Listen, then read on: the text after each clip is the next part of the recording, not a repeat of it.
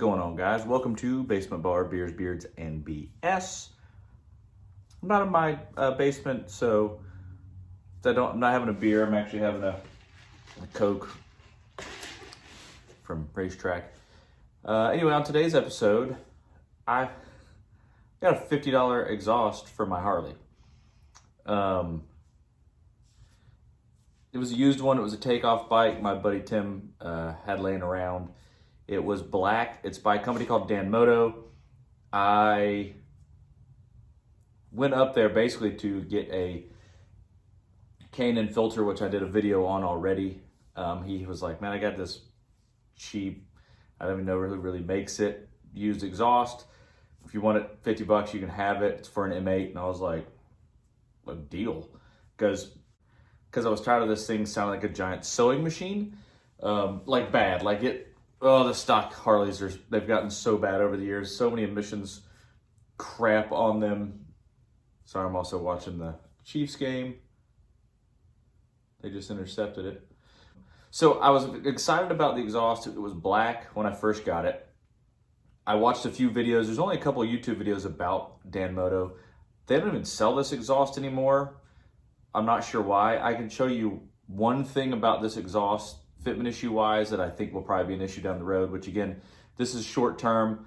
I hope I don't have an issue with it. I hope it just kind of works.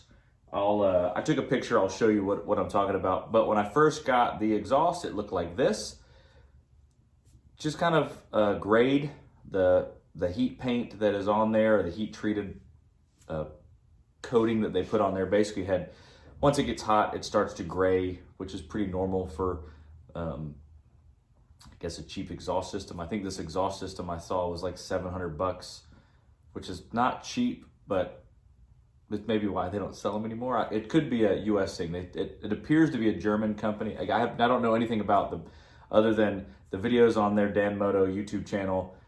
The guy's got a German accent, and so I don't know if these are different for our market, if they couldn't sell them here for emissions reasons. I have no idea. But it was black when I got it, and I did discover that it was stainless underneath, so I was like, man, it's gonna be a pain. So I started spending time, WD-40 Scotch-Brite pads, just sanding it down, got it back down to the stainless steel, polished it out kind of the best that I could. I didn't want to get too aggressive with it. I did want it to have kind of a brushed aluminum look to it. I didn't want it to be polished like chrome. I didn't want it to look like that. Got that all done, and then Tim at Atlanta Harley Davidson got me hooked up with Power Vision, the Power Vision 4. Hold on. He got me the Power Vision 4, which is really nice because it's all Bluetooth. So I literally plug it into the service port, the diagnostic port, which is behind, not this side cover, but the one on the other side. I've got it tucked up under there, kind of zip tied in place. Put the cover back on, got the exhaust on. This exhaust does require these Screaming Eagle exhaust gaskets. I got the wrong ones initially. It was totally my fault. This is what those look like. And the Screaming Eagle ones look like this, which are a little bit smaller. There's less restriction because the end of the exhaust pipes, the headers look different from the OEM to the Dan Moto. The Dan Moto ones are more square, which to my understanding is a lot of the aftermarket ones are more squared like this, open, so there's better flow for the exhaust out of the head. Anyway, I didn't have any issues with this. I had one issue, but I'm 90% it was an internet issue on my side. I plugged it in, connected it to the bike, used the token to marry it to the motorcycle. It did require an update. It took a few minutes to update, but I think, again, it was my internet.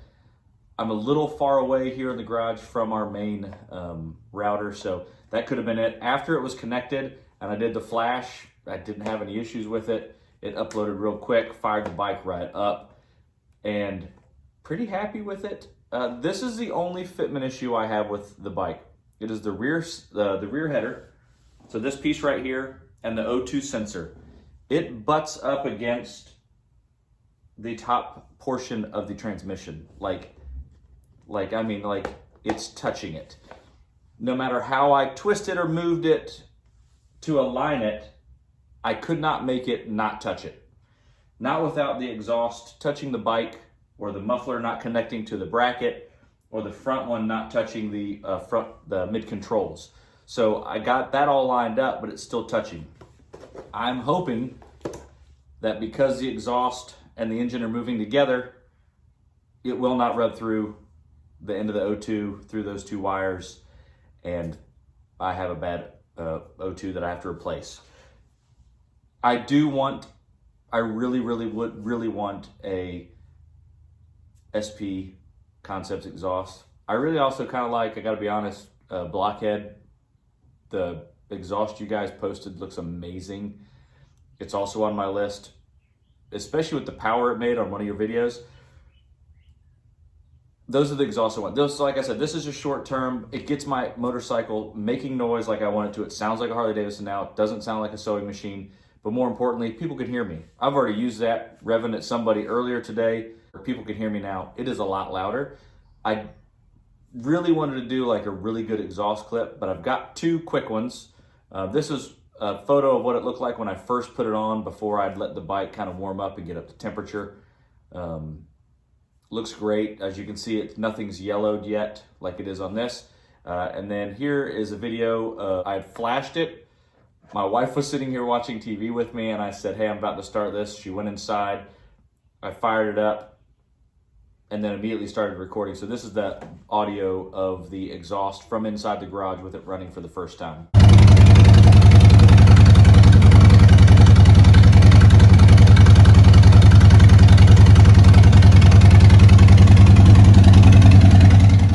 Sounds pretty good. And then I've got a video of it outside with me revving it a little bit, which sounds like this.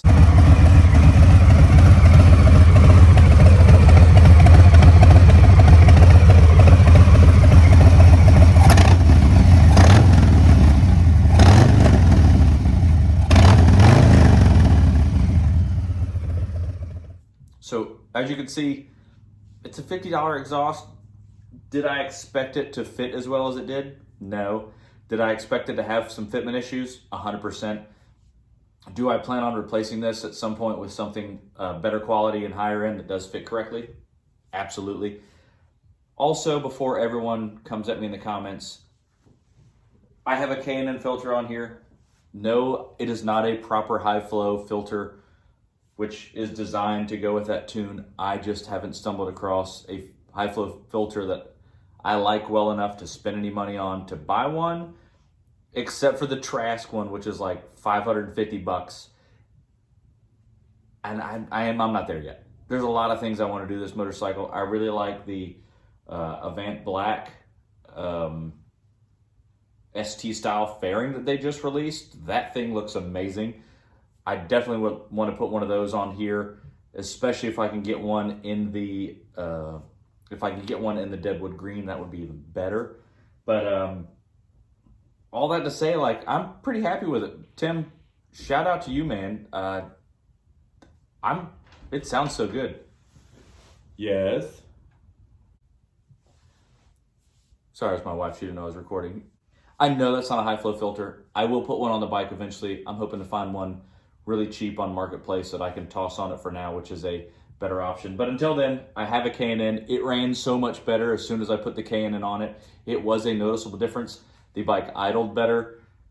It runs good now. Shifting through gears, it does a little crackle and popping, which I love, especially, romping through gears. It definitely pulls way harder. I do think down the road, I'd love to get a proper tune. I'd love to take it somewhere and have it dyno tuned correctly to maximize all the power that I can get out of it. But for now, I honestly think I think that was a $400, $389 tuning module, Bluetooth, which is awesome. So if I ever do get another exhaust, when I do get something else, I can always just put a flash on there that they have, which I think is convenient. But let me show you some close-ups of the exhaust so you can kind of see what it is and how well it turned out. Obviously, I knew it was going to yellow. That's stainless steel. When it gets hot, that's what it does. I think it gives it character. I think it makes it look really cool. So anyway, $50 exhaust system. Here you go. I'll show you what it looks like. This thing is really nice. I do like it. I'm pretty happy with it. So this is the $50 exhaust system that I have. I'm going to try to stay out of the light. There is the Dan Moto, which I did leave in black. That was the color of it. You can see on here a little bit of just wear and tear from the end. Does have a spring there. There are 2 springs on the back. You can see where I didn't quite get all of that off and some of the dimples there, but realistically, like, it turned out really good. I'm very happy with it. This is the part, that's the part I'm concerned about. There's the piece that kind of was talking about that touches. It doesn't appear to be rubbing, but again, it is really hard to tell. Got the gaskets in there. Everything appears in pretty good shape. But overall, I'm super happy with it. I could not be happier with this bike right now, but there it is, $50 exhaust system. Shout out to Tim. Always coming in clutch, man. I appreciate you, buddy. On that note, we appreciate you guys. Don't forget to subscribe. Hit the little bell button so you get a notification anytime I upload new content. Until the next Coke, beer, football game, motorcycle, whatever hell I'm doing next week. We'll see you guys next time. Cheers.